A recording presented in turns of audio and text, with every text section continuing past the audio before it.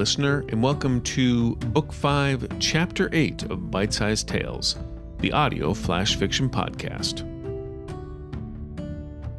In today's chapter, we continue the serial, The Burden of Protection. Story note. In this part of the story, we delve into subject matter which could be construed as being suicide.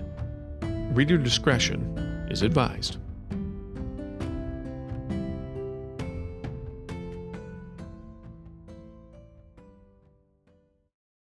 The Burden of Protection, Part 3.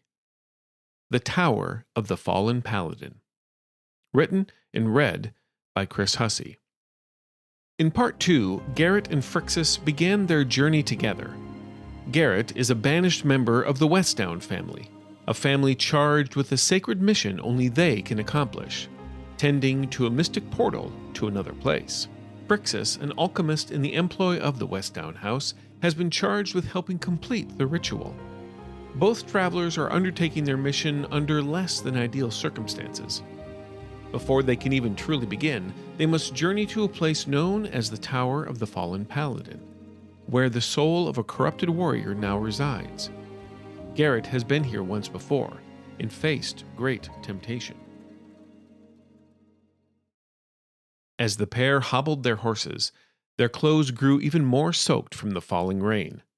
Securing their gear on their persons, Garret turned to Phrixus. Even in the waning light of the day, he could see the gaunt face of his companion. Phrixus's fear was palpable. He was about to reassure the gangly man when the chirping of a songbird cut through the chorus of the falling rain. It was a rapid-fire squiggle of a sound. "Is that a bird?"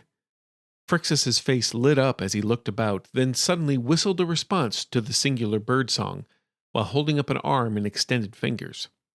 A moment later, a small white feathered bird landed in the alchemist's hand. It had yellow and black accents on the wingtips and its rounded chest.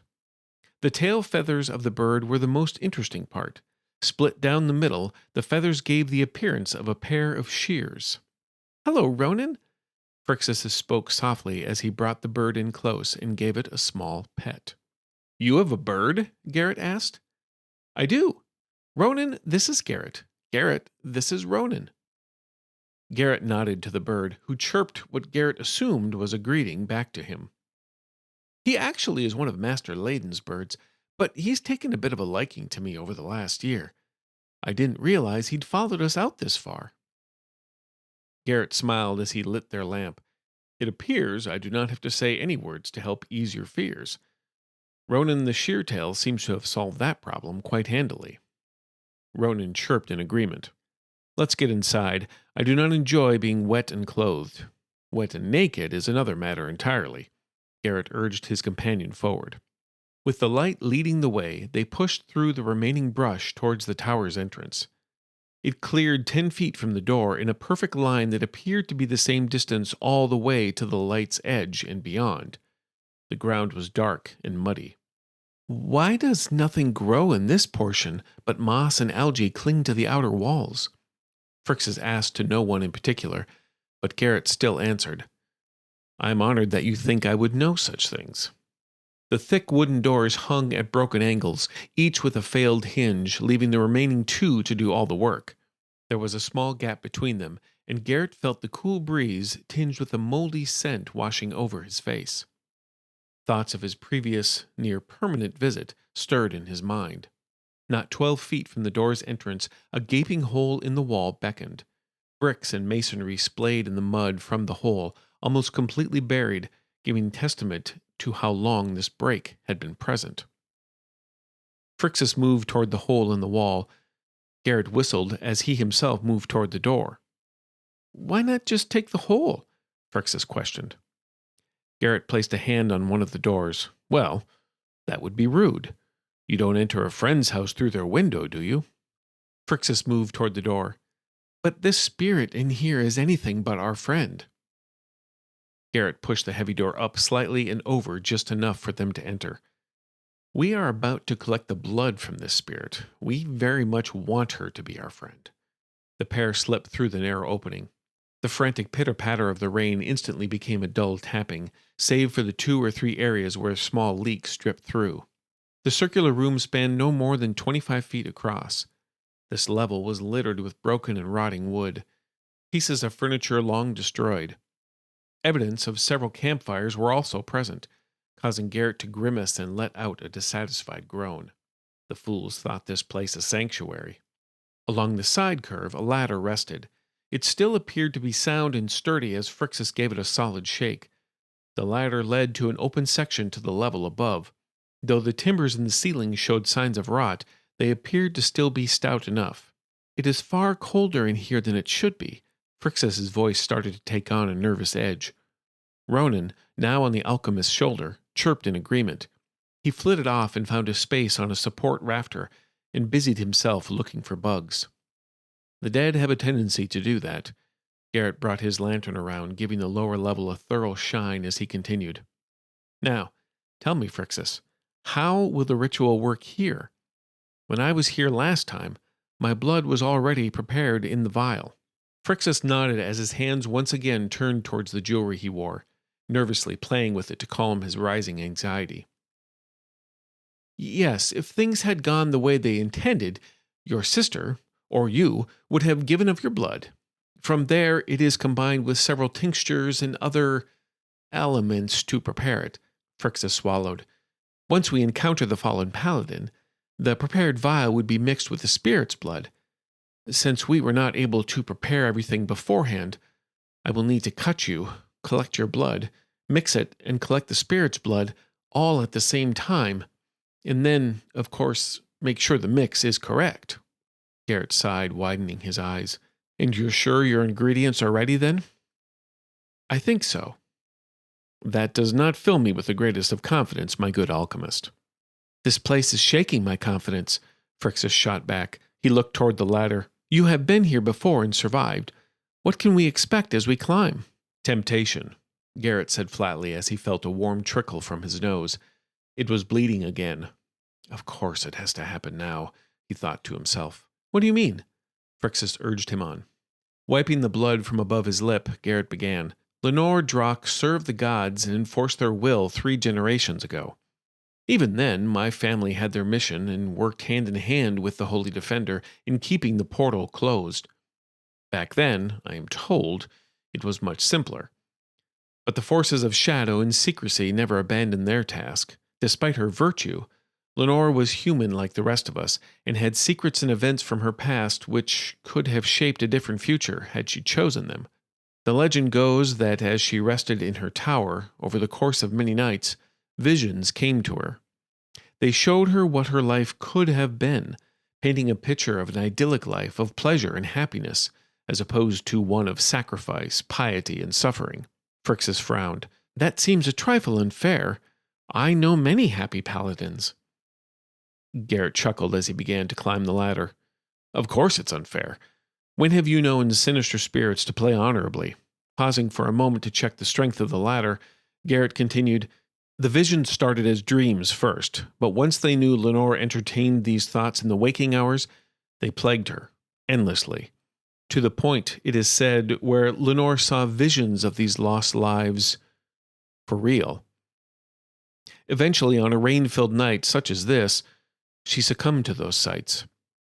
She surrendered herself to these visions, denouncing her vows and turning towards something that never was. It was only at the end, when she realized the deception put upon her, did she take one final act to preserve her part in our family's mission. She took a blade, sliced her own wrists, causing her to bleed out while her soul was consumed and then tied to this place. Her bleeding continues to this day, allowing my family to carry on." Phrixus remained silent for a moment as he reached the next level with Garrett. The Westdown man stepped deliberately around the disheveled remains of what must have been the area where food stores and supplies once inhabited. Fragments of crates and the moth-eaten and mold-covered remains of burlap sacks littered the floor. Garrett was making his way to the opposite wall where spikes were pounded into the bricks, taking care to step wide around the steady drips of water, making pools on the floor. The spikes served as a peg ladder to the level above. Ronan chirped nervously as he flitted about, searching for a place to roost. Phrixus looked around the level, noting that whomever may have been responsible for the campfires below left no discernible signs of presence on this level. He hoped that perhaps they had been able to flee, but feared that they may have been called further up towards their doom. "What were the visions that Lenore succumbed to?" Phrixus asked. "The legends vary. Some say lost loves, some say heinous crimes, never atoned for, some say the regrets and folly of youth. Either way, it was something from her past." Garrett tested the spikes. Seeing that they still held strong, he began to climb. "And this is what you can expect, Phrixus. Temptations from your past. These are the visions that will greet you. They will beg you to return to them. They will feel real, but you must remember they are not. They only lead to ruin." Garrett was about to climb when a low moaning, akin to a weeping noise, pierced the thippity thump of the rain outside. It came from the level above.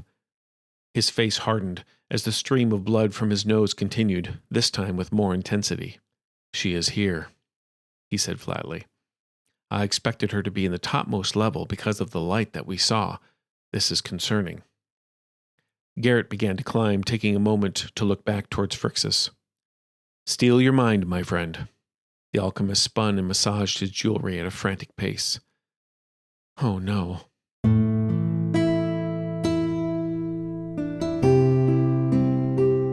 Author's note.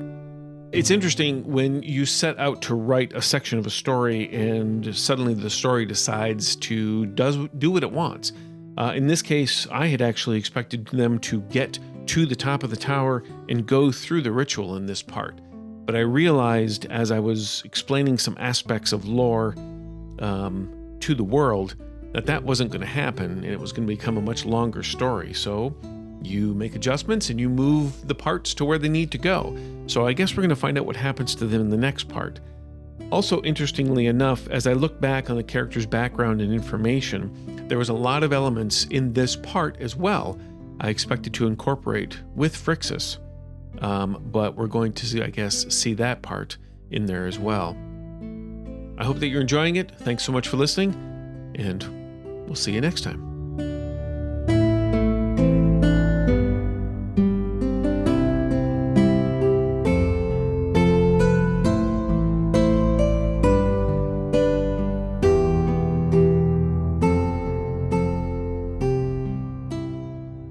This chapter of Bite-Sized Tales has been brought to you under a Creative Commons Attribution, Non-Commercial, No Derivatives 4.0 International License.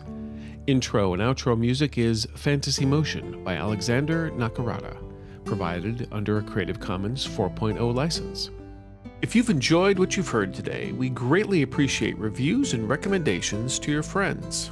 For more information about our authors, please visit bitesizedtales.com or follow us on Instagram at bite_size_tales or on Blue Sky at bitesizedtales.bsky.social. We look forward to reading to you next time.